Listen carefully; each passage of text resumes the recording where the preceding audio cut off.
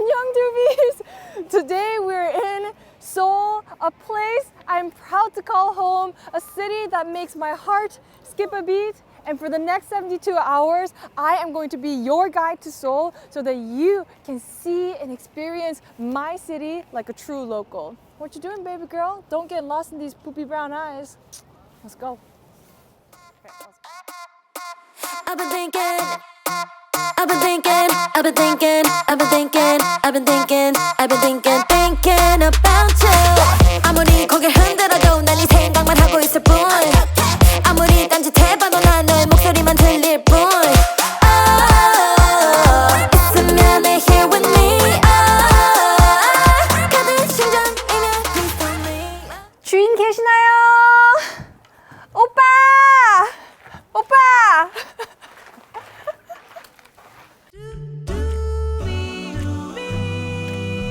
So a little pro tip, the entrance fee to the palaces are free if you're dressed in a traditional hanbok. So we're gonna rent out one and see you in a second. Oh. Wait, this is not the place.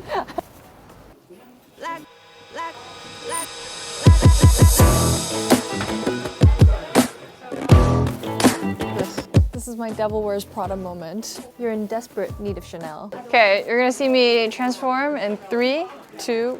그대 미소에 난 취한 것 같아 자꾸만 웃음이 나 어린아이 장난 같아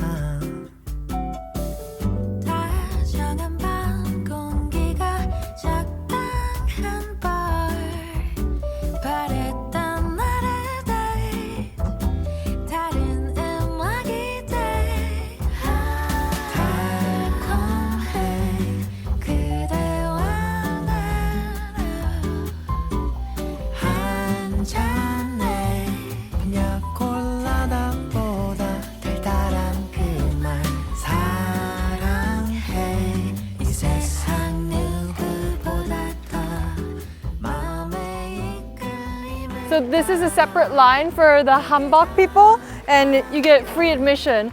But they don't let you like merge genders. Like if you're wearing a man's uniform, you need to wear the man's uniform. If you're wearing the woman's uniform, you just need to wear the woman's uniform. It's okay to cross-dress, but just no like mixing because they want to keep the outfits traditional. Makes you think what life would have been like 1,000 years ago in Seoul. And back then, Korea had a different name called Joseon, and it was called the Joseon Dynasty. 달콤해 그대와 나로 한 So the thing that's special about Korean palaces is that it's kind of a weird amalgamation between Chinese and Japanese. Like China, it's grand, it's a lot of colors. In Japan, it's a lot of like black and white and very simple. We're kind of somewhere in between. We have the colors and we're very focused on detail. Like you can see the tancheong, which is the flower that's on the totem poles. They're individually drawn, and it's very much influenced by the Buddhist mentality of peace and harmony, and all these colors of land, water, and fire coming all together to create balance. It's beautiful. And those little statues you see on top of the roofs, they're little guardians to protect you from fire. So all these palace walls are made with wood and clay, so it's prone to burning. So these little totems to guard your houses from bad spirits and just bring you good luck. It's a temple for ants. Ah, yeah. Yeah. These boys and girls, what you learn as I do my thing. Tell them classes in session, 종이 울려 thing. I'm a whole scene, but I can't be found. Lamp in the cut, how to underground. Go, smile, 머리카락 보여. That's how they caught that last trick now. Wheeling and dealing and things that I shouldn't. Look out for popo, cause they will be coming. There's a Buddhist monk playing piano.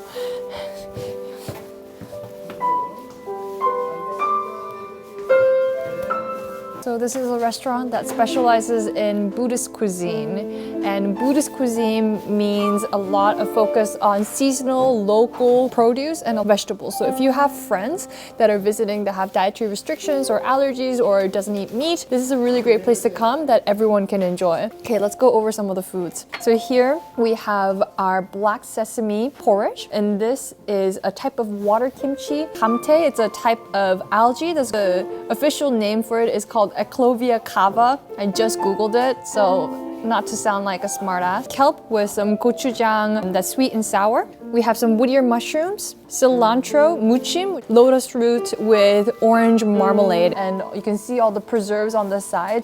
Also, the guy that's playing the piano is the owner of this place. Fun fact.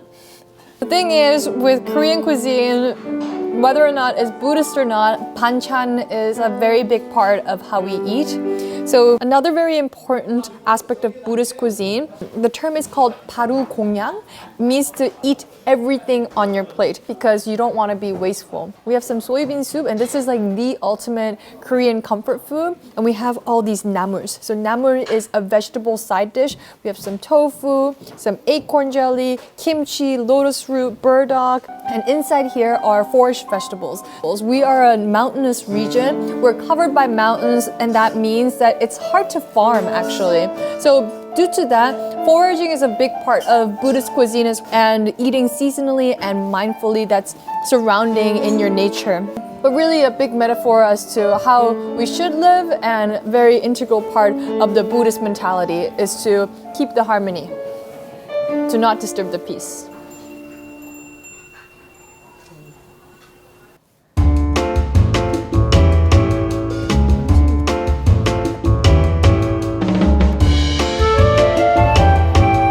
Tea time, bitches. Let's go. So because this is a traditional Korean home, we always take shoes off before going in. And I know this sounds pretty foreign to a lot of people, but it's part of the experience. And we sit on the floor because this is how people used to do. Back in the days, we would always sit with a little cushion and sit like this, like kind of kneeling down. If you're a lady, but I'm no lady, so I'm just gonna crisscross applesauce. 감사합니다. 감사합니다. So this is a Korean traditional tea fair. Right here we have our young green tea leaf, and we call that sejak. And you want to let the tea leaf steep for about 2 to 3 minutes, and then you always want to pour it in a middle vessel and then pour the first pour. But you don't want to drink the first pour, and this is to heat up the teacup. So you pour it back in and do a second pour, I think. It's been a while since I've had tea making etiquette class. It was mandatory when I was going to school for girls. Sexist, I know, but it was a different era, okay?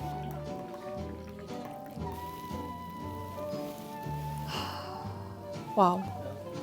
Green tea that's not bitter, it's sweet. The aftertaste is incredibly nice and fresh. Sometimes when you have like matcha that's bad, it kind of leaves like a Dr. Seuss kind of cakey tongue. But this just had the after finish, like the aftertaste is so nice and clean. It's amazing. Moving on, we have Daechucha, which is jujube tea, and it comes in kind of like a porridge consistency. Jujube is naturally quite starchy, and it's also very sugary. This is the food that you would eat during the winter, especially to fight off a cold or if your immune is down. And it's also been like a very much a royal, luxurious type of food because jujube is super hard to grow.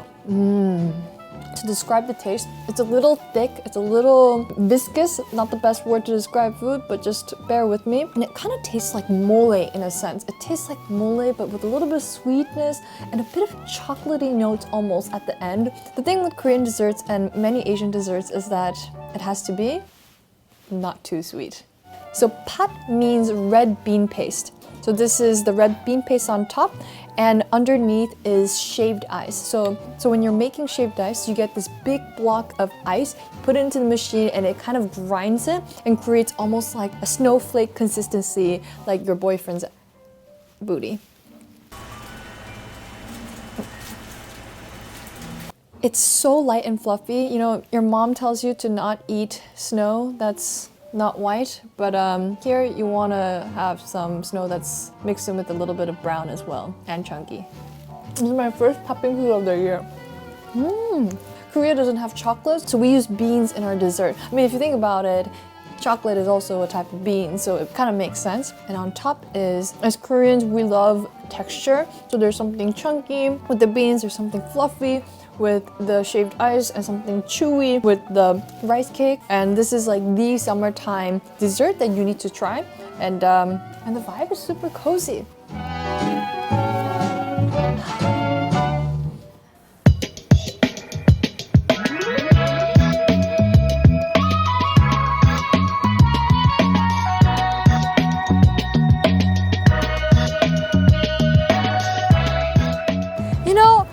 The whole experience with Seoul is that it's a very walkable city. Yes, it's large, but you can walk everywhere. And public transport and walking is so easy. The sidewalks are big, and it's perfect because there's a lot of food and you gotta walk it off. In and out. In and out. And we're here in front of Chungyecheon, which is a little stream that runs across north of the river. And it's a place where people come and drink their coffee after lunch to relax, put their feet in the water. And don't worry, the water is very clean because it's like filtrated water. But yeah, it's a really cool place to chill and skedaddle.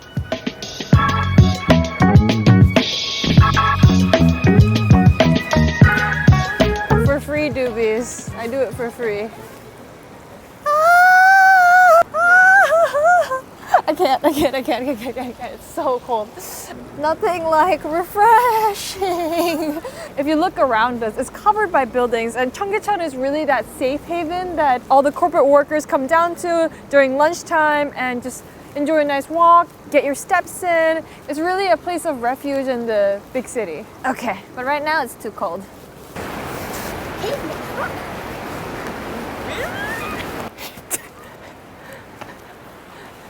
That kid screamed when he got close to me. He was like, ah! Also, another perk about walking along Chungyecheon is that you're gonna see these really cute, small, like roadside delis, just like the one over there. And they're small, independent owned, and it's a great place to get a little snack while you're walking and talking. 안녕하세요. 저희 토스트 2개 주세요.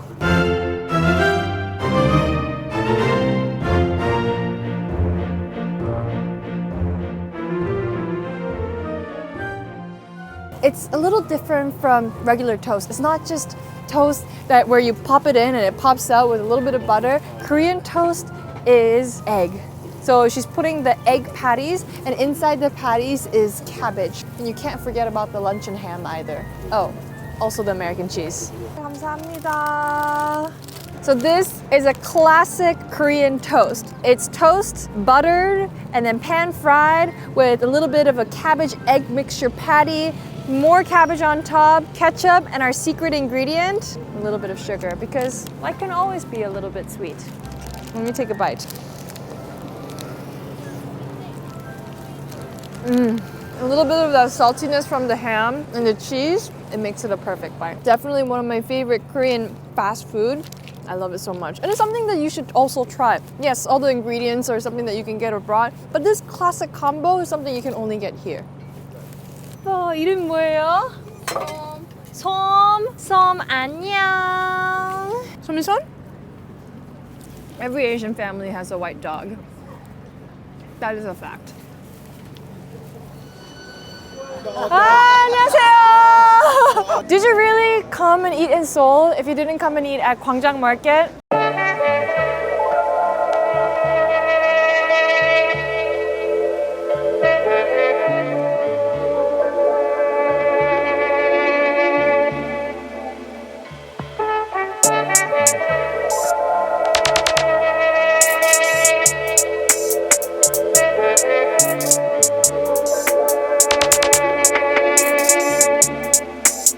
Gwangjang Market is kind of the heart and the pulse of Seoul food market. There's really nothing like it. Yes, there's going to be a lot of tourists. Yes, it's going to be crowded. And yes, you might get shmees because prices have been inflating. But hey, if you know the right places, you're not going to get shmee. And today, I'm going to be your anti-shmeezer. So you go to the right places. So trust me and follow me. The thing with Gwangjang Market is not only do you eat with your mouth, but you also eat with your eyes. Damn, I'm a poet. I'm a rapper now. Thanks for showing me what love can do. It broke me into two. Should've never believed you when you saw your love like it's your truth.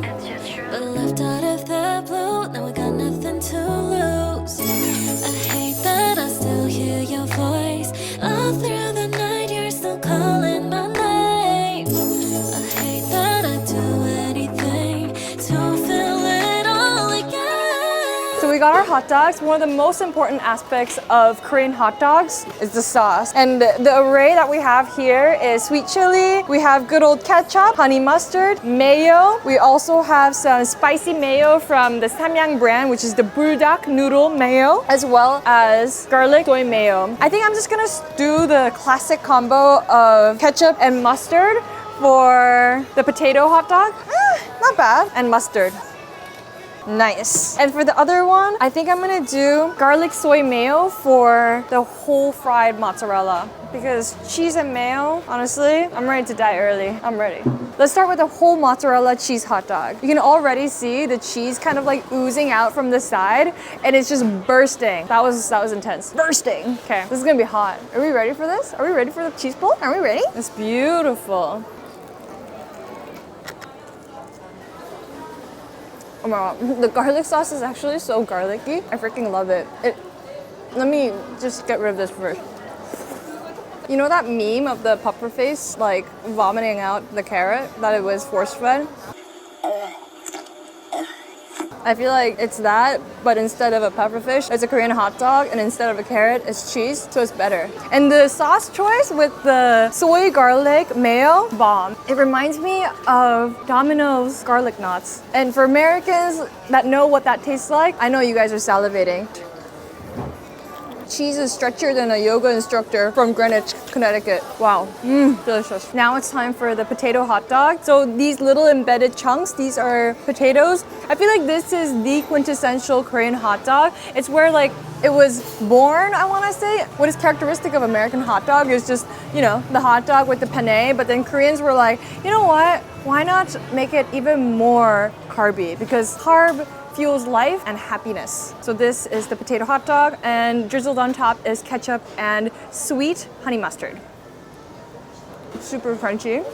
The dog in the hot dog is really good. And the potatoes add like a nice, like soft, pillowy bed. And like when you bite into it, you get that crunchy frosted flakes, you get that meaty, juicy hot dog, and that really soft, pillowy potato chunks, like little hash browns. Honestly, this is breakfast for one. This is a whole ass meal. You get your carbs and your protein and a little bit of fat. I don't know about you, but to me, this is a well-balanced meal. And me as a food science major is saying just bullshit. What's really interesting about Korean hot dog is that they dip the hot dog in a wet batter and then really press down on the frosted flakes so that it really adheres, and then you fry it for 5 to 6 minutes just until either the cheese gets really nice and melty and the outside crust gets super crunchy and golden brown and pretty, just like you, baby girl. But yeah, great start to our Gwangjang Market street food. I have a couple more places. The next place is gonna be what I like to call the queen of Korean street food. Something spicy, something chewy. Going to be tteokbokki, bitches.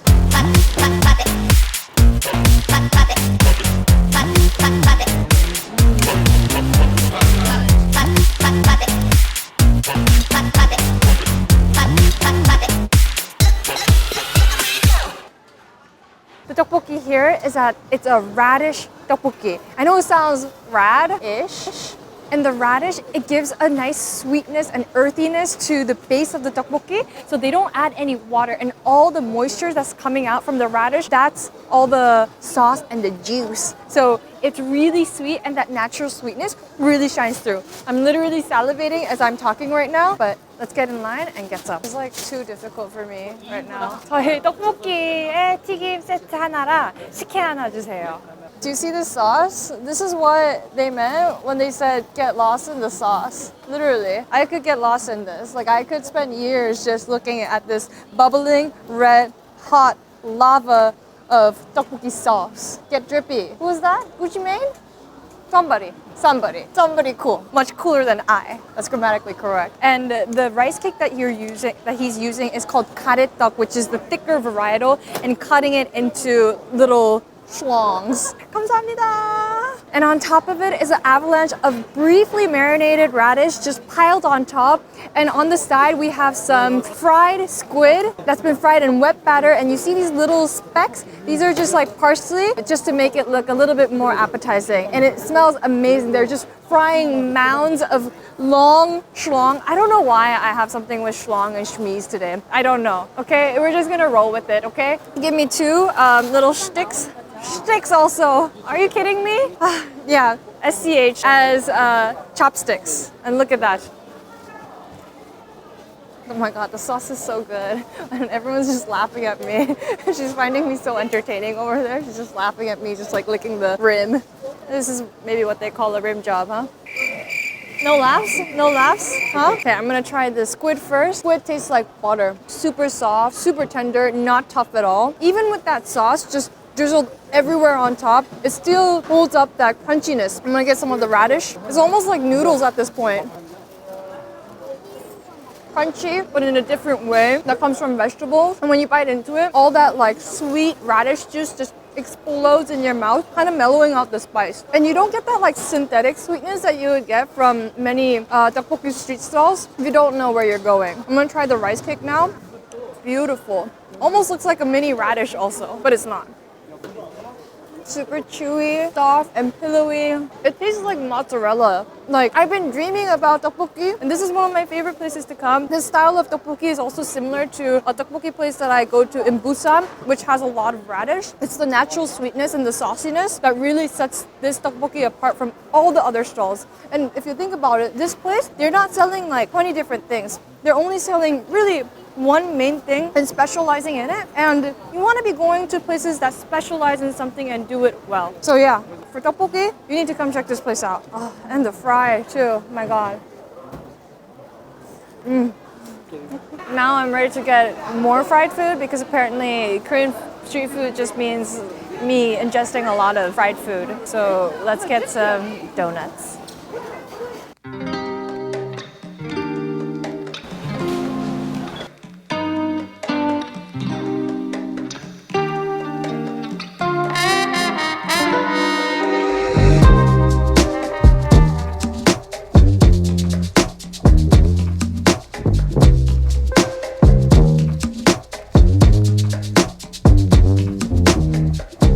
In this place, they're called Gwangjang Mugwort Sisters, and they specialize in selling Mugwort Hotteok. So mugwort is an herb. I know I said perilla is the herb of Korea, and I still stand by that, but mugwort is an herb that's used in a lot of desserts. It's earthy, it's a little verdant. It really is the Korean matcha in a sense. The whole process is magical. She has this big vat of mugwort dough, and it's so stretchy. The gluten formation of that yeasted dough is there. You get that really nice chewy texture from a dough that's very gluttonous, and then she fills it in with a sugar cinnamon mix and then seals it, drops it into a pool of hot simmering oil, and as the dough touches the oil, it puffs up. She flips it and then crushes it down like your hopes and dreams. And when she presses down the hotdog, the edges kind of inflate, creating almost like a UFO type of shape. And she keeps flipping and basting and flipping and basting until we are met with this beautiful hotdog. And hotdog is almost always served folded inside a cup because it's very hot. 감사합니다. This is what it looks like. Gorgeous. It's so hot. Sorry. But that combination of the sweet syrup with the really nice earthy mugwort kind of hitting you, and that nice almost mochi-like gluttonous texture as you're chewing through, the combination is amazing. As I said, there's so much to eat and drink and see inside Gwangjang Market. It's huge. And I don't know if you realize, but there's multiple streets, and most of the times people just go to the center and try and find places to eat, or just go to the Netflix lady. I'm sure all those places are great, but It's really also good to know what specifically you want to eat and going to the places that specializes in that. I had a great meal, feeling very full, very happy. My eye is full, and so is my stomach and my mind. That's the true words of a fat ass. Okay, on to our next destination.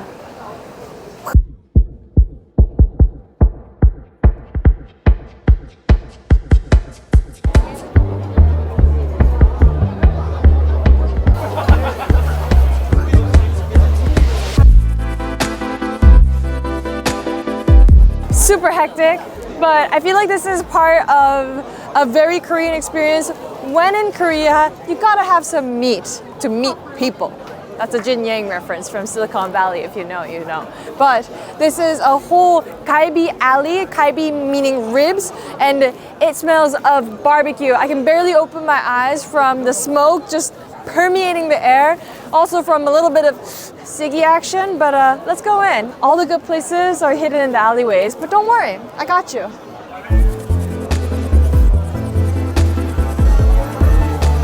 Look how freaking packed this is. It's crazy. So all of this, everyone's just having barbecue, having a good time, drinking a little bit of soju. And the place we're going to is that one. It's an unassuming place on the second floor, but you'll see why. Come follow me. Just right here, up the stairs. It smells good. It smells like meat. Okay.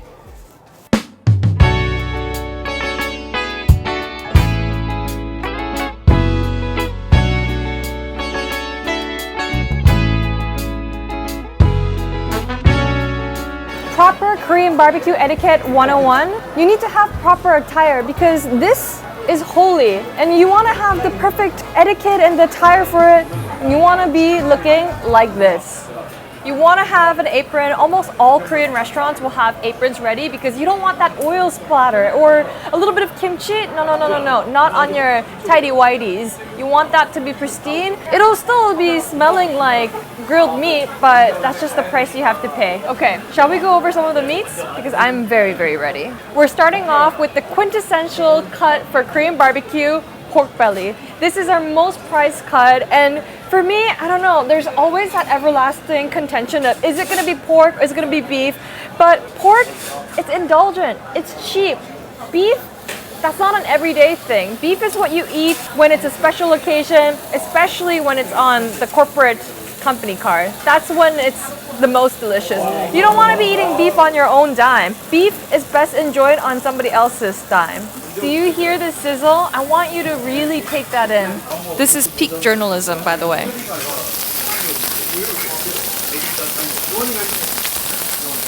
Let's briefly go over what the side dishes are. So for a good Korean barbecue, the meat, of course, takes the crown for the showstopper. But what's really important are the side dishes called banchan. We went over the concept of banchan earlier before, but it really sets a good Korean barbecue place from a great Korean barbecue place. And you can tell that from the ferments. This, to me, whenever there's some pakimchi, which is scallion kimchi, it's a good sign. It means that they're making this in-house. They care about the side dishes. And we obviously have some aged kimchi, some onions in a spicy mustard and soy vinaigrette.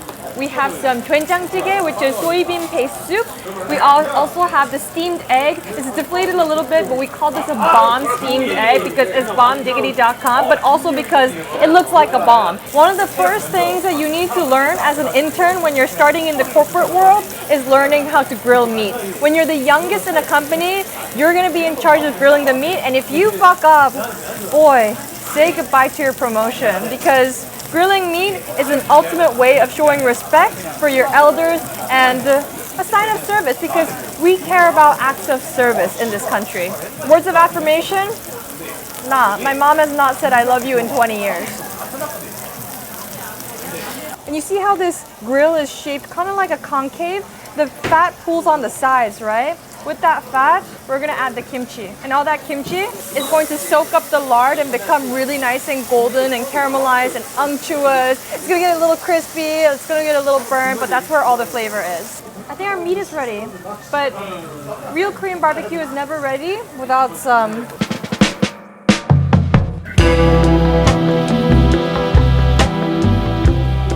And keep in mind, today's a Monday night and everyone is out eating barbecue and drinking soju and getting wasted. What's the celebration, you might ask? Well, it's a Monday and you gotta get through your work week somehow.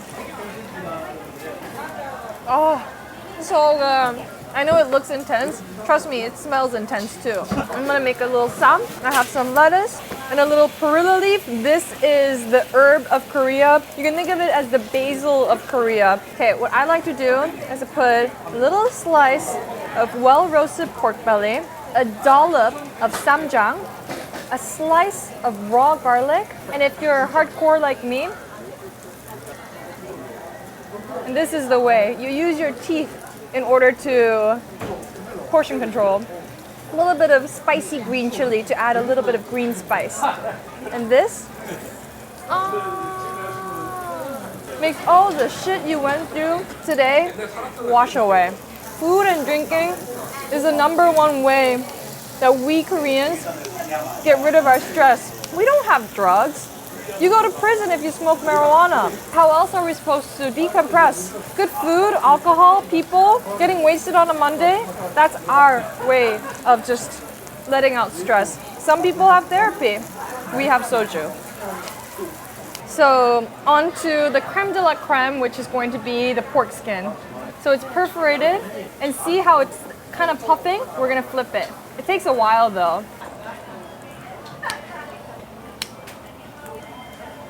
Dip it. It almost looks like a donut. It's chewy, a little bit of oil, and with the soybean powder, it's a perfect match. Every Korean meal ends with rice. We always want to have protein first because we don't want to fill up on rice, because if we're eating out and having barbecue with our friends, we want to fill up on meat, not rice, because we can have rice at any time, but still you miss something comforting, so you always go back to her. And next to it, we have very similar to the soybean paste stew that we got, but this is a level above in terms of funkiness and age and umami. I don't know if you've had tempeh before, but you know that like funkiness that comes from tempeh? It's exactly that. This is essentially Korean tempeh soup, and inside is a lot of leek, aged kimchi, tofu, and zucchini. It almost has like a cheesy odor, like Parmesan, and we like it. It kind of smells like feet, but we all love feet. Wow, that is funky in the best way possible. You don't want to have Gyeongbokgoong that doesn't smell like anything. That's like having cheese that doesn't smell. There's something funky about it, not in a good way. It hits you right in the nose. The same type of stinkiness that might come from a tonkotsu ramen or a fine aged wine or cheese. This is up that caliber. You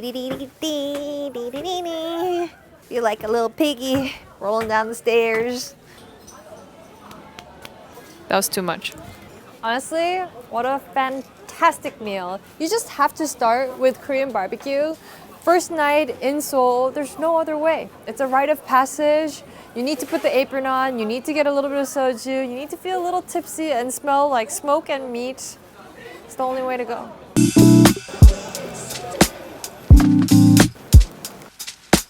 So you call these roadside eateries pojang matcha. Essentially, it means package carriage. So it kind of comes in like a little carriage, little kiosk, and people just are setting up shop and drinking, and when the weather is nice, everyone's out. Keep in mind, this is a Monday, so this is crazy, the amount of people that are just drinking and having fun on a Monday night, and this is like the true essence of Korean drinking.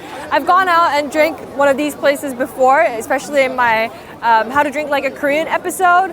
Today, I'm saving a little bit of my liver space because tomorrow we're gonna go out. But if this is kind of your jam, just sitting and drinking with your friends with a little bit of greasy food, this is a place to be. And this is Chongro Samga Ipgu. I'll put all the names of the descriptions of the subways so that it's easy for you to map it out.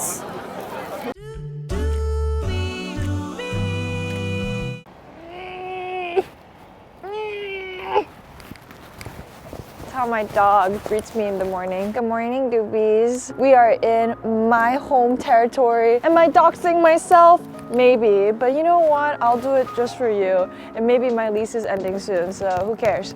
We are in Sungsu. This is the place that I live. It's right next to Seoul Forest, and it is one of the best streets to be if you like Korean cafe culture. It's currently 9:30 in the morning, and the street is peaceful. It's residential. But in a couple hours, it's gonna get really busy. A lot of the coffee shops are not open yet, but the really good places, they're open now. And I'm gonna take you to two places, one of my favorite bakeries here in Sungsu, and also a cool coffee place just for you. Little hipster dipshit. So Sungsu is located on the eastern side of Seoul. You can think of it almost as a Brooklyn of Korea because it's like kind of hipster. There's a lot of cafes. And what's best about Sungsu, it's that there's a little bit of that old city vibe with the Seoul Forest, and it's the place to be right now. And it's probably the hippest neighborhood in Korea right now.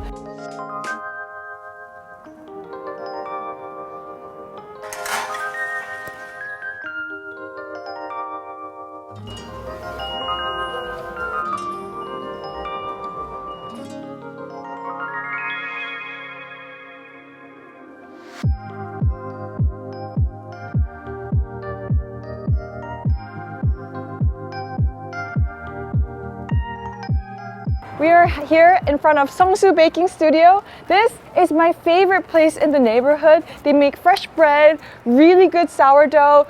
This is like my true hidden gem of Sungsu. I don't feel so good about sharing it to the world, but at the same time, I'm really happy for this bakery. And I want to see them do well, like a small business operated by women. I'm sharing this one with you. Sourdough, I'm gonna pick one up. It's one of the best sourdough here in Korea, and there's not that many places that does a good sourdough.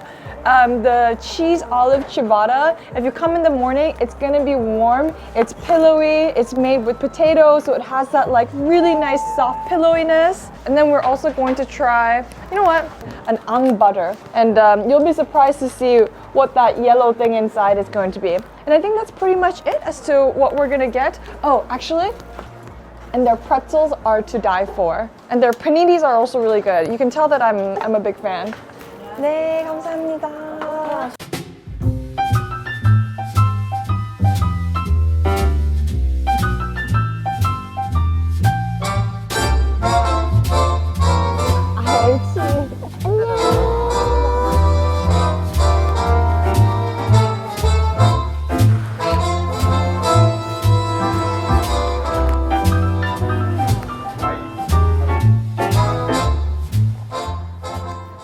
Two schools of thought when it comes to coffee. There's the light roast and the dark roast. I like both, and I will show you two places for each of the roasts that I like in this area. But a light roast is something that's lighter in color, it's more floral, it's acidic, and you can get some of the more fruity notes of the coffee. And a place that does it well is Mesh Coffee. They've been open for almost 10 years, and it's been the coffee shop that kind of this neighborhood formed around. It was here before Sungsu really even became a hotspot, and they've been focusing on light roast coffee, one of the first people to do it here in Korea. And for that reason alone, this is an important coffee shop that I wanted to talk about.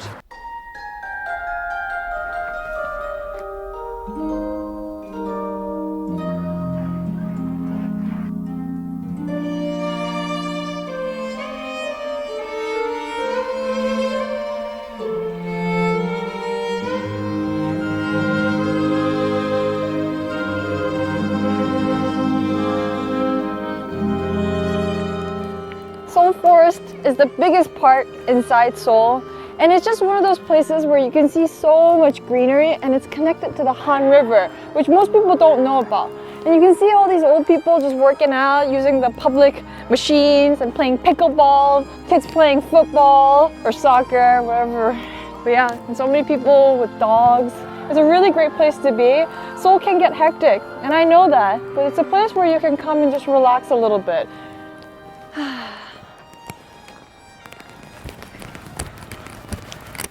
This is my spot.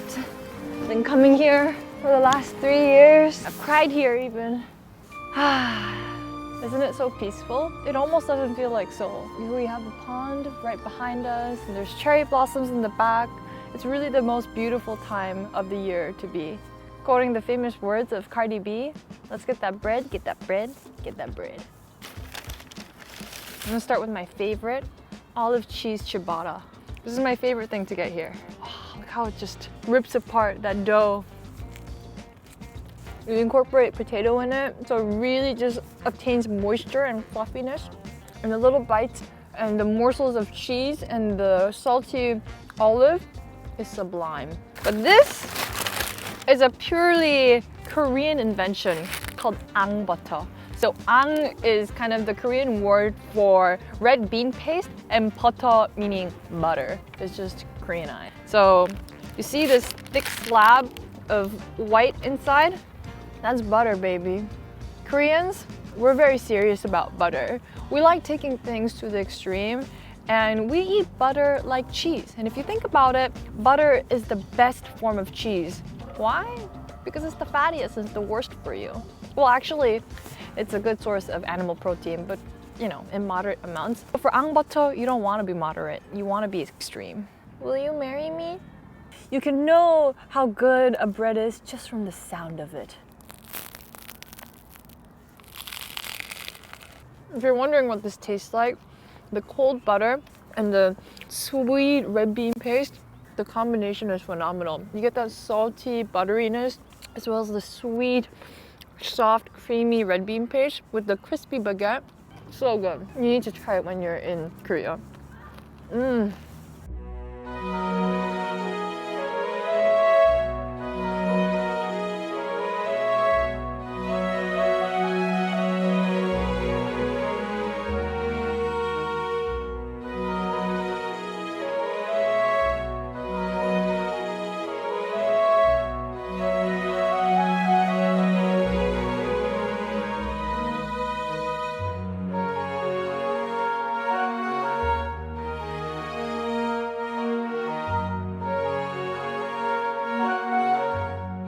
So cherry blossom season is around the first or second week of April, and the reason why Koreans go feral over cherry blossom season is because it's so ephemeral. It's only a week, you know, it falls off immediately, it's delicate, and because maybe it's so rare, we cherish it that much more. Get it?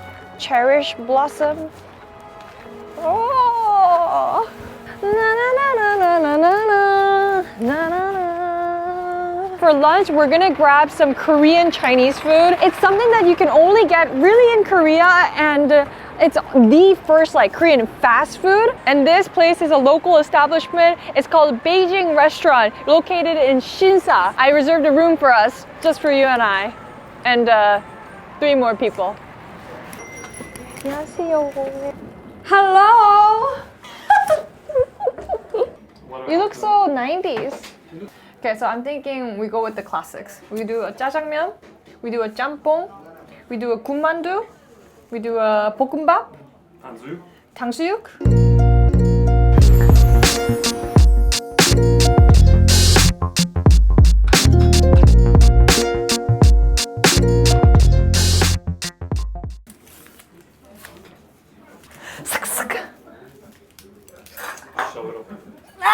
A very important Korean film that everyone needs to watch is Old Boy. And in Old Boy, the guy eats fried dumplings for almost 20 years, so he tries to find out where he gets locked up. And this is very historically and culturally significant. Did you watch Old Boy? Yeah, I watched it. Of course. If there's one movie you need to watch from Korea, Old Boy walked so that Parasite could run. And fried dumpling is the first thing that you can kind of tell the quality of a restaurant, and you can see how crispy the wrapper is. You get almost these like blister marks, like you have scurvy. And look at the pleats too. There's also a Korean saying that if you can make beautiful dumplings, you'll make beautiful children. Okay, I'm gonna break this apart, and look how juicy that is. Inside is pork, glass noodle, chive, and garlic. And the quintessential trio of side dishes for every Chinese restaurant is chunjang, which is fermented black bean paste, a little bit of soy sauce with vinegar, raw onion, because it's 2024, you gotta get used to it. An onion is a spicy apple, and some pickled radish that's dyed with yellow coloring. This is like the classic trio. And then on the side, you have some gochugaru that's fine, so it's fine chili flakes and also vinegar. And everyone has their own like special dipping sauce. My family, we like to do half and half vinegar to soy and a lot of chili pepper. 네.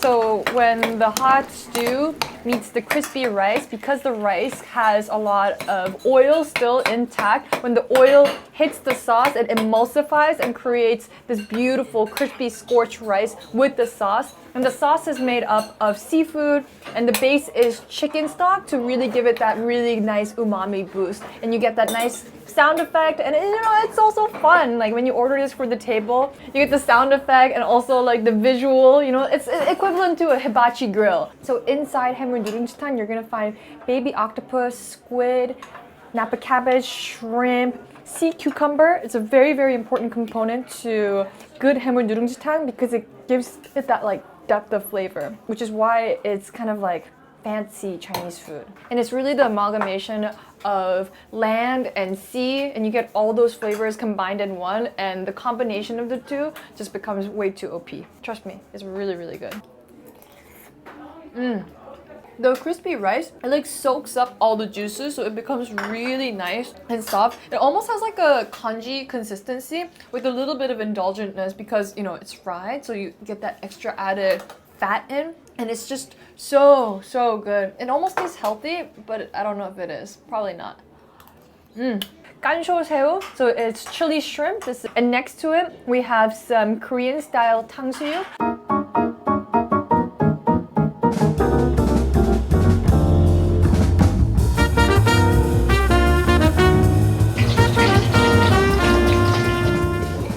So tang means sweet and su means sour. So it's sweet and sour pork.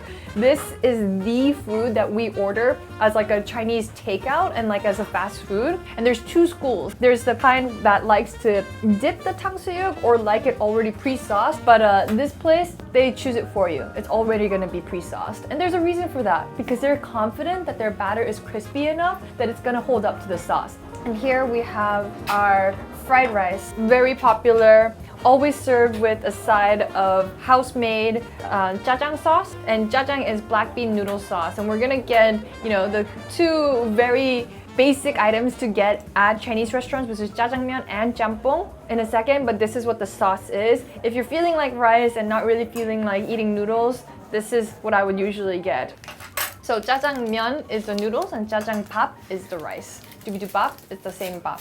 Okay. A little description of who this is. We've been friends for how long? Like 5 years now? I mean, since you came back to Korea. Yeah, like 4 or 5. And so Miguel, where are you from? I'm from Mexico. Why do you live in Korea? So I was in the US. My thing has always been like learning languages, new adventures. I've lived in Europe, some parts of Asia. You're a true globetrotter, huh? I try. I feel like tough life chose me. I didn't choose it. Show me your hands. The most Look. beautiful hands look, I've look, ever look. seen. Has not touched a drop of water. For the food at Korean Chinese restaurants, it is always and will forever be jjajangmyeon.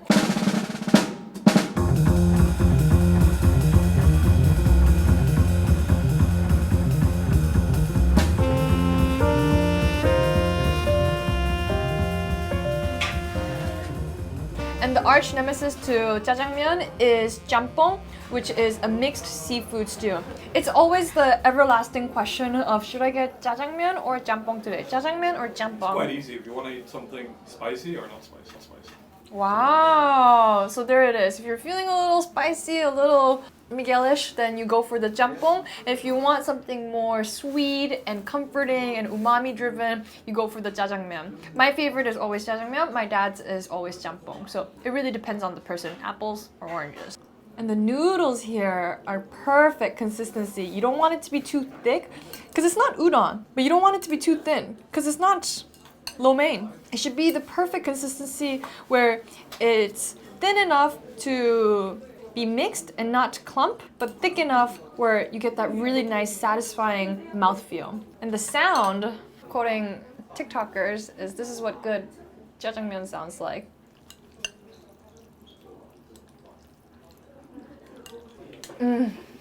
It's comforting, it's salty, it's sweet. You get the onions and the smokiness. Also, one of the best Chinese Korean places here in Seoul. And this place has so much history. Like, it's family operated, it's small, it's been in the same location for almost 50 years. It's amazing.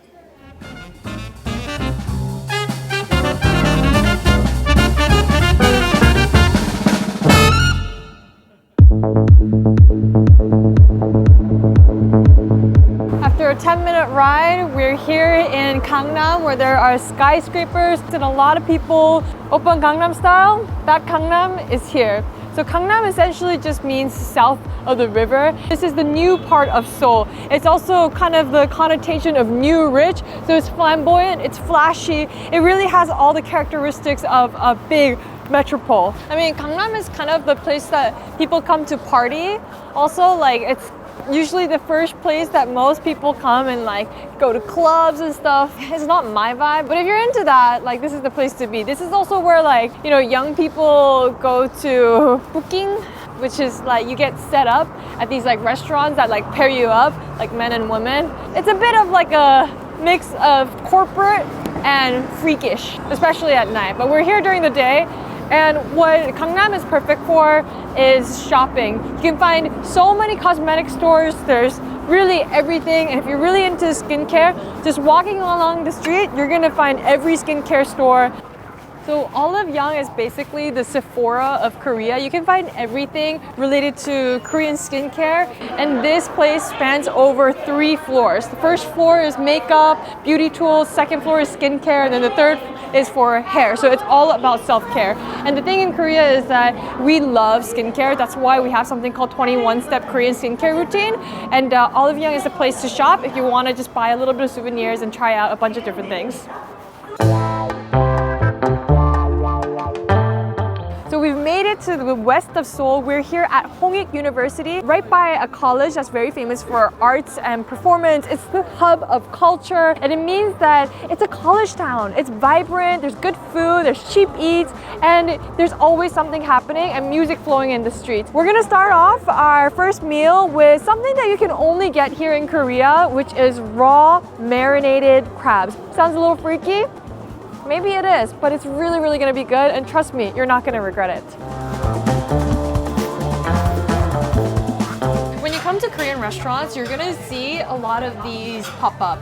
Is this a Chili's kind of system? Yes. Why? Because we like efficiency, and also it's really hard to find staff to work at restaurants. So this has been the answer to our problems with the low fertility rate and a lot of people going to colleges and not wanting to work physical labor jobs. This is our solution to waitresses and waiters. And also, if you think about it, we don't have a tip culture, so there's not that much of an incentive for people to work in restaurants. It's hard, it's laborious, so this is the solution that a lot of Koreans come up with. So we're gonna order 2 of the set menu, and because it's 3 people, we're also going to order 1 of the crab just on its own, and that should be good enough.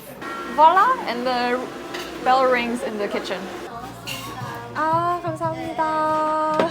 So, okay, so a very necessary tool you need while you eat raw marinated crabs are these. You need your hands. But in order for your hands to not smell like seafood for the next 3 days, is she gonna say it? Is she gonna say it? Does the glove fit? It does fit. I can't. Every time there's a glove, it's a disease. I need to say OJ. And on the side here, we have some sundubu jjigae, which is spicy silken tofu stew, because This is quite buttery and soft, and we just kind of want something a little spicy to offset it. It smells delicious. I cannot wait. This is the head of the crab, and it's just been kind of dissected, and you can see all the orange. This orange means that it is a female crab that has been really just getting all its eggs. It's that egg and that roe, and this is the creme de la creme because it's where all that fat is and where all the flavor is. You get 2 gloves. You grab one of these soy marinated crabs just bursting with roe, and I'm gonna squeeze it just for you. Look at how juicy that is. Filled to the brim. She was one pregnant crab once. All them babies. Abortion. Fetus has been deleted. That is delicious. Or fetus delicious. That kind of rhymes, right? It's soft, it's buttery, it like melts in your mouth. By marinating the crab in soy sauce, it just absorbs all that juice. I'm gonna squeeze it out and pour it on to the rice. So this is all the innards and the brain, and this is where the good part is. You wanna make sure you get really all the nooks and crannies, because that's where all the good stuff is hidden. A little bit of that crab roe and the masago with the salty seaweed and fresh made white rice and a nice nutty aroma of sesame oil. Wow, so good. And to even make that even better, and because, you know, I cook, I'm a food YouTuber, and I care about presentation, the beauty of it is putting this back into the crab shell, you know, like pineapple fried rice, you just put it back in. And there we go. We have presentation and the next Gucci spring and fall collection right here. Something about eating it straight from the shell just makes it even better.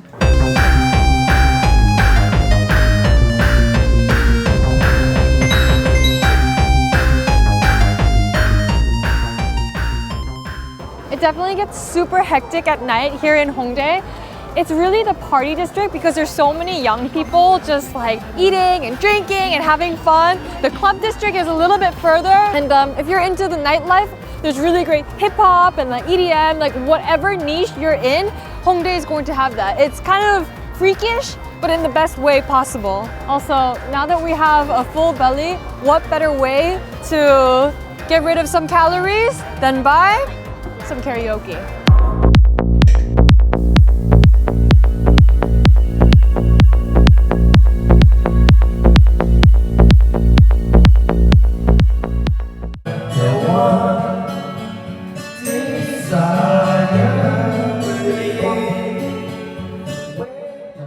The thing is, in Hongdae, trends come and go very fast, and there's always gonna be a new dessert. But right now, tanghulu literally has Korea on a chokehold. Everyone is having tanghulu, and it's just so popular. A couple years ago, it was churros. A couple years before that, it was gongcha, bubble waffle, s'mores. It's always changing, but right now, we're gonna get some crispy, crunchy tanghulu. You get 2 of them.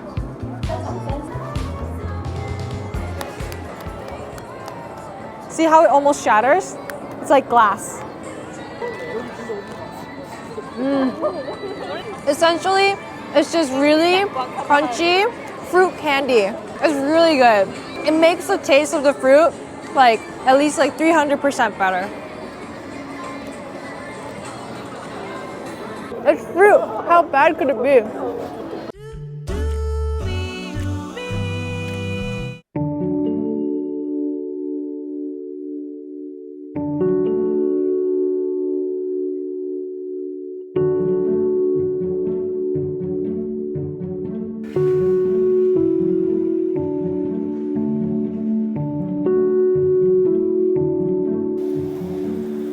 So right now we are in Ihwa Pyeokwa village, which means mural village. So you're gonna see a lot of artwork from local artists painting on the walls. I'm a little hungover this morning, so this is a little bit tough, especially after a night out in Hongdae. I'm definitely gonna get some hangover soup after this. But you know what? Being hungover is a social construct. You gotta win it because no pain without gain. No. But what I really love about this place is that it's really peaceful. And like you see these like small houses and you see all these like local residents. A lot of grannies live here, so it's like super cute. And look at this. You see the whole landscape of Seoul right in front of you. It's genuinely one of my favorite places to come and just get some fresh air. And I don't know, there's something about being high up in the altitude, looking down on people. I like looking at miniature people, let's put it that way. And this neighborhood is really quaint and it's really cute. And it kind of is also a time capsule back to what life would have been like in the 1970s, 80s. It's a good way to get your calves toned too. But yeah, if you're a photography nerd, you're gonna come here and froth. You can also find a lot of cute little artisanal boutiques and just small arts and crafts in this area too. It's a small artist village. And in my opinion, you can find the best landscape view of Seoul here, right by the old castle walls. So this was the castle wall that capital of Joseon was well protected. And it's a remnant of the old past with, you know, slightly newer old past and beautiful high rises and the mountains and the scenery all coexisting together. Next to Ihwa village is Naksan Gongwon, which is Naksan Park. And you can see the pavilion and the park kind of is situated on the top of the mountain. Old remnants of historical Joseon still preserved and open to the public, which is pretty rare in Korea. And the view from up here is just phenomenal. You can get some great photos and just a slice of tranquility.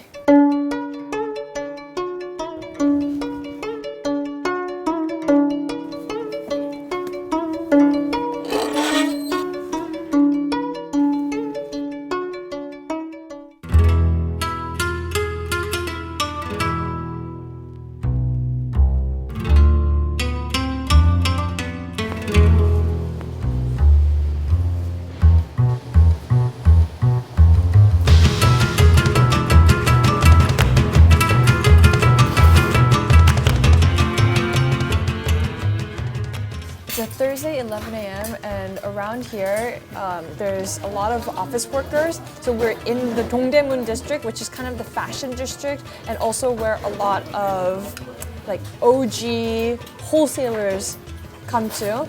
And for a lot of wholesalers, they work during the night. So their peak time, this is right around the time when they're coming out of work. And when you're coming out of work from a long night shift, you want something brothy and comforting. And haejanguk is the answer to a lot of people. And you can also see a lot of people who drank the day before because it was a public holiday. It was election day yesterday. And the answer to their hangover cure is gonna be some hot broth and some coagulated blood. So what I ordered here, this is called haejanguk. Haejanguk means hangover soup. It really means to detoxify all the toxins from yesterday. Although, you know, when you see other tables, it is also a soup that calls for more alcohol because it's that comforting. So before we get into what the individual ingredients of the dishes are, I'm gonna work with the toppings. So we get this trio of holy trinity of haejanguk toppings, which are leeks that's been sliced thin. We have some spicy green pepper. This is gonna add some verdantness. It's very similar to flavor profiles of jalapeno. And I also like to add a little bit of tadegi. So it kind of looks like gochujang, but it's a little different because it's not fermented. Tadegi just means to be chopped together finely. And it's usually a thick paste made of Korean gochugaru, which is the chili flakes, a little bit of fish sauce, a little bit of soy sauce, and garlic. And you can think of it as a flavoring agent to make anything super spicy. And I like to add just a little bit on the side. I haven't fully committed to it just yet, but I'm gonna try the soup as is first and then mix it in so that, you know, you get two soups for one. And as a Korean, we always love a good deal. So the broth of this is going to be beef. So you can see the beef brisket. So this is the brisket cut that they've been stewing for a long time, and they use beef bone broth. The soup is served in a hot earthenware pot that's thick. This thick clay pot is very insulating, meaning that the soup is gonna stay warm for a long time. The outer layers of the napa cabbage called ugoji. It's the ones where when you're harvesting napa cabbage, you only want the middle part of it because that's ideal for making kimchi and also salads. But the outer part, it's way too tough and it's too fibrous and it's inedible unless it's been stewed for a long time. So for a lot of haejanggung places, because it's also much more inexpensive, they started utilizing it into broth, and it has so much flavor and even more nutritious than napa cabbage itself. Also have the coagulated cow's blood. I know it sounds freaky and it looks freaky. It's a little porous. It's so rich in iron that a lot of pregnant women eat it, and also people that are anemic. The texture is something that you have to get used to, but once you get used to it, it's so good. And this is like the #1 way that a lot of Koreans will cure their hangover. I like to just dump my rice in. The rice always at hangover soup places are a little bit more dry because you want the rice to be dry, not wet, in order to really absorb that soup. It's a soup that washes your sins from last night away. It's hot, it burns, it's scalding. It's like repenting almost. Look at this. Crowned with the gakdugi on top is the perfect bite. Crunchy, delicious. A little bit of that acidity and sweetness and the crunch coming from the gakdugi. I also love the contrast of textures and the temperatures. That's what really makes a haejanggung great. Now I'm gonna try the coagulated blood. That's what it looks like.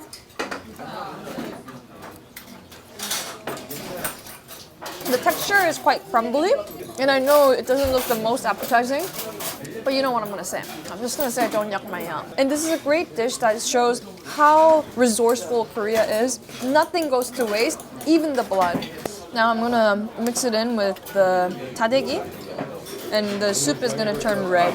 I'm gonna show you a little trick that I love to do personally. You see how the gakdugi comes with a ladle, and you get this gakdugi juice? I love to put a little bit of that juice in because the acidity really brightens up the dish and just really brings everything together and colors the soup beautifully too. Perfection. You know, I slightly overheard from one of the other tables. They limit 1 bottle of soju per 1 table during lunchtime because they know that this also calls for alcohol. Yes, it's gonna make you forget about all the toxins, which then makes you want to drink more. Is it a bad cycle? Perhaps. But you know, this is how Korea lives. We live off of alcohol. There's something about hangover soup that is truly magical. Just all that hot broth, it like brings your body temperature up and get you ready for the day. And that's exactly what we're gonna do. And we're gonna go explore Itaewon area.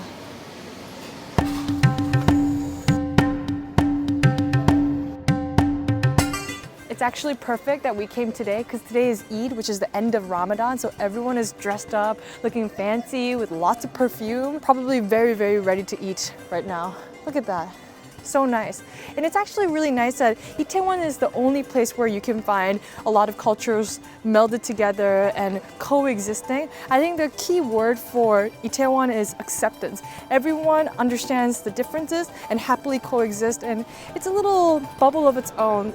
If you watched my Itaewon video from about a year ago, I kind of briefly mentioned that this area is going to get completely reconstructed and just torn down, and it's already happening here. So somebody's apartment, you know, all their belongings got completely trashed, and it's gonna get demolished this summer. It's very sad, you know, it's a neighborhood also with so much culture and history, and Korea definitely prioritizes plastic fantastic, newer is better. And very unfortunate though. So the thing with Itaewon is that it's very, very steep. It's mountainous. It's areas where, you know, it's not the best places to build houses, but it's exactly the reason why a lot of the refugees towns started here. But personally, I love these small alleyways. It has so much culture and history and just this smell of human touch.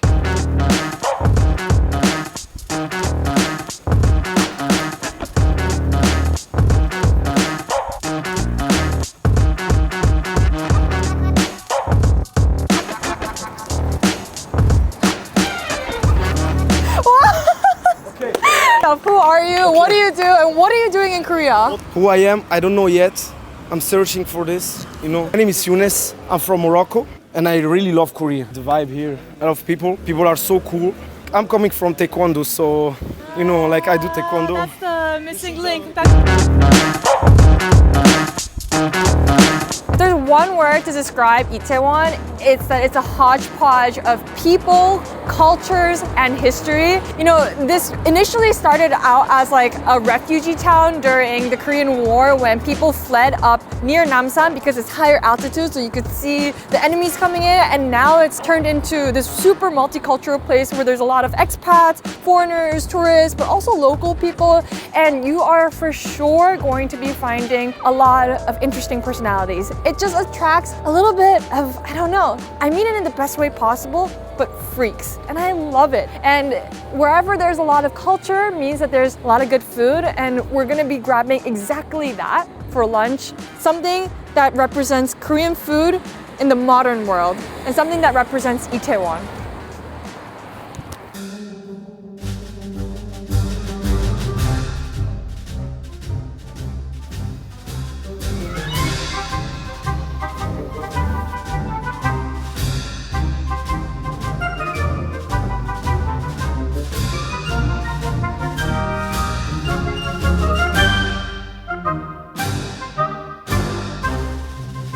So I thought that the food that best represents Itaewon is Budae jjigae. So Budae means army and jjigae means stew. So army stew became really famous in the US after Anthony Bourdain showed it on CNN to Anderson Cooper. The history of Budae jjigae dates all the way back to the Korean War. When food was not so readily available in Korea, a lot of the canned meats coming from the US bases were like, okay, this is great, but let's make this a little more palatable for us and something that's gonna feed more people. And the food that feeds a lot of people is always going to be stew. So inside there is a bed of kimchi on the bottom, a spicy sauce goes in, spam, corned beef, hot dogs, sausages, tofu, scallion, sweet potato noodles, and rice cakes, onions all go in, and topped off with baked beans. The baked beans is usually a secret ingredient to create a broth that's really nice and homogeneous, and also a little bit of that sweetness to bind everything together. It's made with completely American ingredients, but the result is gonna be something very, very Korean. Dang, it looks good. So you can see all the corned beef that she portioned out. And I like how when she was plating the Budae jjigae, it was kind of like symmetrical, kind of like very Wes Anderson of her. Wow, it's meaty, it's smoky, and the taste of processed meat in a stew is so good. I'm gonna have it with the spam and the corned beef. What I like to do is spoon it on top of the rice, make sure that rice absorbs all that sauce, and then spoon it up like this. This way, it's not too soggy and it's not too dry. Spam makes me emotional. It's the taste of childhood, and for many Koreans, we grew up eating a lot of spam kimchi jjigae, and spam is like not seen as cheap food or ship food. It's actually almost seen as a luxury food, to a point where during holidays we gift spam gift boxes. It's a very cultural thing in Korea. It was hard to get and expensive, and it was American made, so it was fancy back in the days, and that concept still to this day lives on. Spam is a delicacy and a treat. Maybe it's not good for your health, but once in a while it's good for your mental health. Spam for mental health. Don't quote me. What I especially love about Budae jjigae is that it really shows the resilience of Korean people. Yes, Korean War was a horrible, horrible past, and it's a scar that a lot of people bear. And you know, my grandma, for example, she still remembers what life was like during the 1950s, during the war. It came out from a necessity during hard times. That's what I love about food, and it's an edible remnant of history. And for Budae jjigae, you always want to end with ramyeon. So this is ramyeon without the soup packet, and essentially it's the dessert. You want to put it in the center, and with the leftover little kernels, you want to put it in your mouth. And we call this ramyeon tang, the leftovers. I used to snack on these when I was studying, and you know, there's nothing in the house, nothing to snack on. We always have ramen in the house, and we would eat raw ramen noodles. And the best way to bring everything together is none other than good old American plastic cheese. If you think about it, American cheese is just cheddar cheese with gelatin. And gelatin is the reason why the cheese melts so evenly. And gelatin is made from cow bones. So when it melts, it almost has like a nice bone broth consistency, making the soup even richer. This is the Korean cheeseburger. Cheesy ramen and Budae broth, bruh. I'm also very sorry to the future me who's gonna be editing this. It's like a spicy mac and cheese, and I love it. A little bit of sausage to top it off. You don't know how good this is until you try it.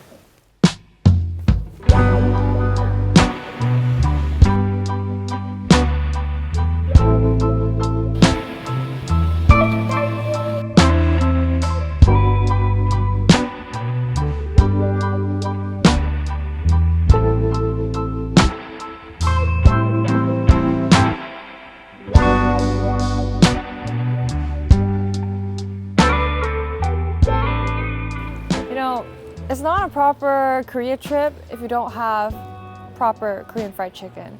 And there's so many different Korean fried chicken places, and you can walk into anywhere, and I guarantee you it's gonna be better and probably the best fried chicken that you'll ever have in your life. But this joint is an old mom and pop joint that's been open for the last 30 years. It's a local establishment. They're definitely a little mean to you, but it's part of the charm. And look at the exterior. You can just see that there's experience oozing out of it and the smell of old grease in a good way. As you can see, it's not a fancy fried chicken joint.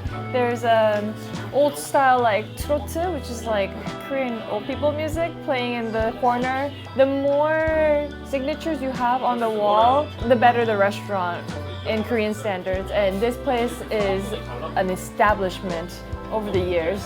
Okay, we have a special guest today, Miss Yeonsuk Im. I am. Please call me Ann, Im. My last name is Im. I am. Yeonsuk. Younsuk. That's my private information. Okay, so here we have some old school style fried chicken, and this is kind of the fried chicken that you grew up eating? This is very special food. Yeah? Yeah. Why? Because at that time it's expensive. So when my dad was really happy and he gets lots of money from work, and he brought this fried chicken at home. Yeah. Yeah. And my mom is the eldest of 3. So I can also always have this Drumstick. leg. Yeah, so Yeah. this is the most prized piece of fried chicken for a lot of Koreans. And my mom always got the drumstick.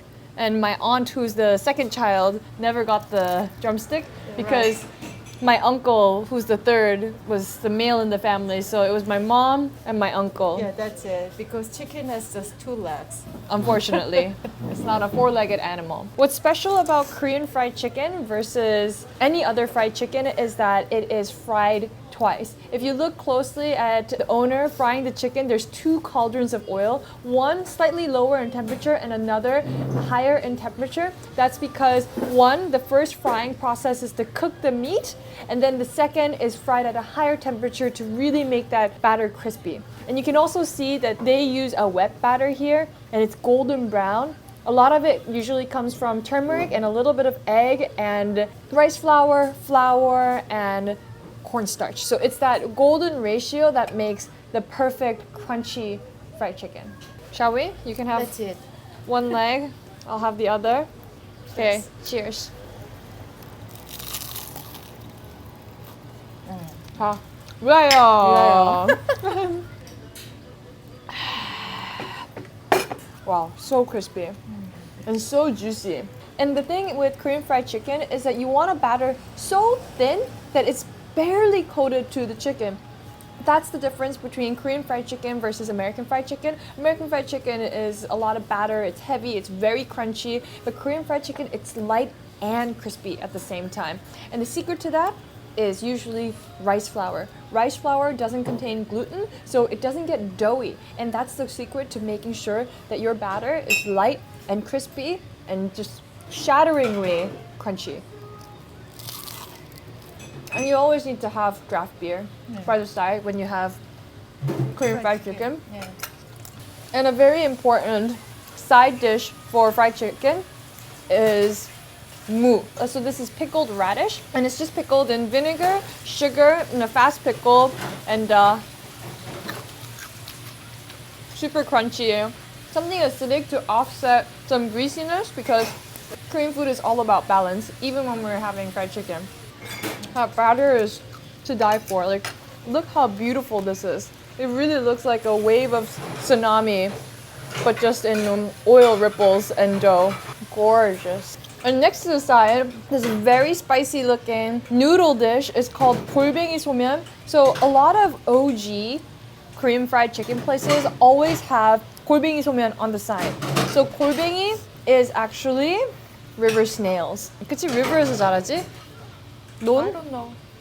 So it's sea conch, and it's dressed in a spicy gochujang, vinegar, sugar, and sesame oil dressing. And right next to it are wheat noodles. And what you do is just mix it around. And it's spicy, it's acidic. The secret is always in the sauce. And it really depends on which joint you go to. Sometimes I feel like 골뱅이 소면 shows the technical skills of the cook, whoever's making it. And this lady, she's been in business for a long time, so you know that her hand taste, Yes. like her instincts, her cooking instincts are good. This is my mom's favorite food. Yes. Perfect compliment with the fried chicken. Jan. Now that our bellies are full with fried chicken, we're gonna go, enrich our eyes, make our eyes full. And the best way to do that, especially in this weather, is to go to Han River. For every Korean, we always like to end the meal with something brothy, something warm. And I'll show you where that's going to be.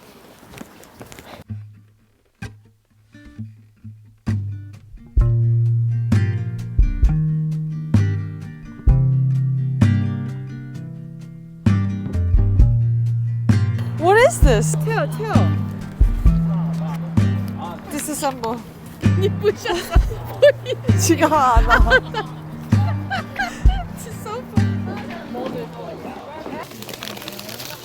Yeah, if you come to convenience stores near the Han River, you're gonna see a bunch of instant ramen packets. I am gonna go for a sesame one. This is one of my favorites because it's eggy.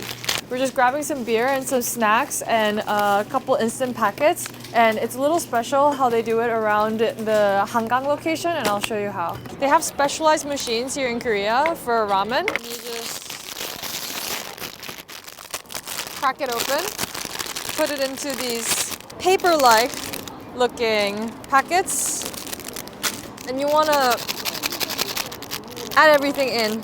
And for the chamge ramen, which is the sesame ramen, it comes with the nice eggy block, which kind of makes the broth really nice and creamy. So it's one of my favorites. We have the spicy infused sesame oil here, but this is going to be for later at the very end because we don't want to kill the aroma of the sesame. And then this one, Anjong Tangmyeon, also a very old school brand. Easy peasy. Just the soup packet goes in. Come with me, my friends. I'm going to show you a whole new world.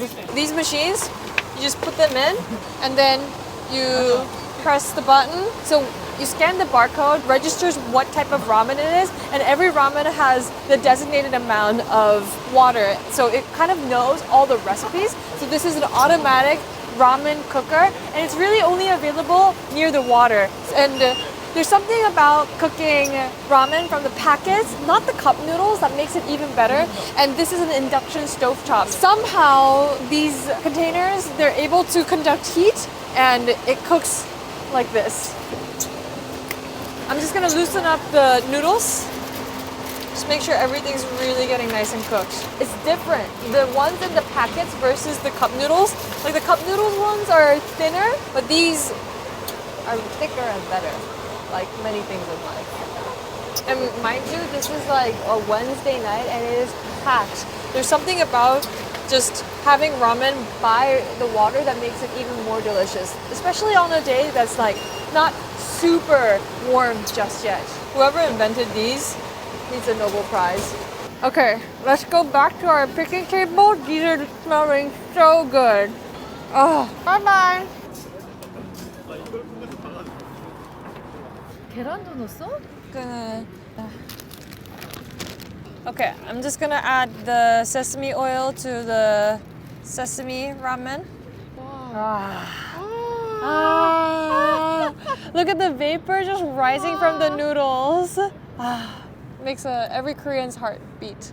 Yeah. Yes. And like with the water in the background, also the breeze still a little cold in April. It's gonna be perfect. Are we ready for this? Cheers. Cheers. Wow.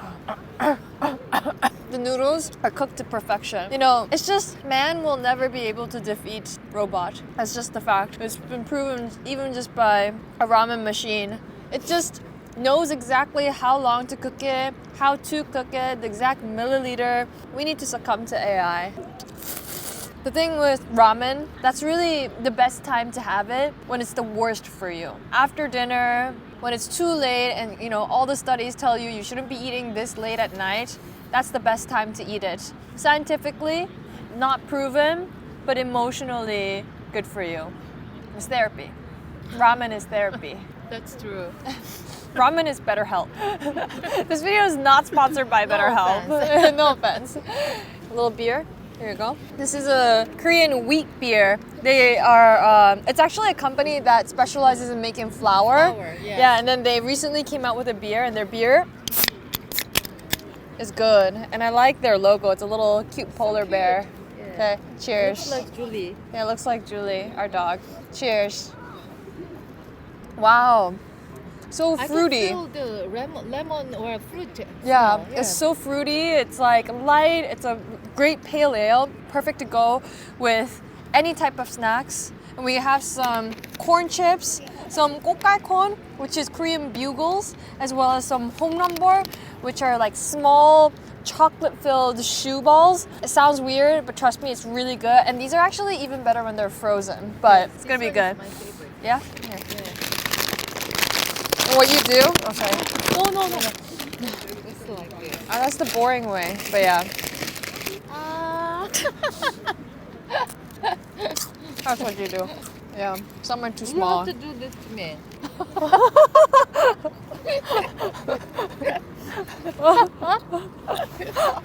But that is it to our 72 hours in Seoul. Honestly, this experience, it's made me fall in love with my city once more again. Seoul is just one of those My nail. Seoul is just one of those places where each district has a strong personality of its own. It feels like multiple cities all merged into one. It's one of the most unique metropoles you'll ever find in the world. And it's fun. It's really endless and there's so much variation to each district. And the more you learn, the more you fall in love deeper with Seoul.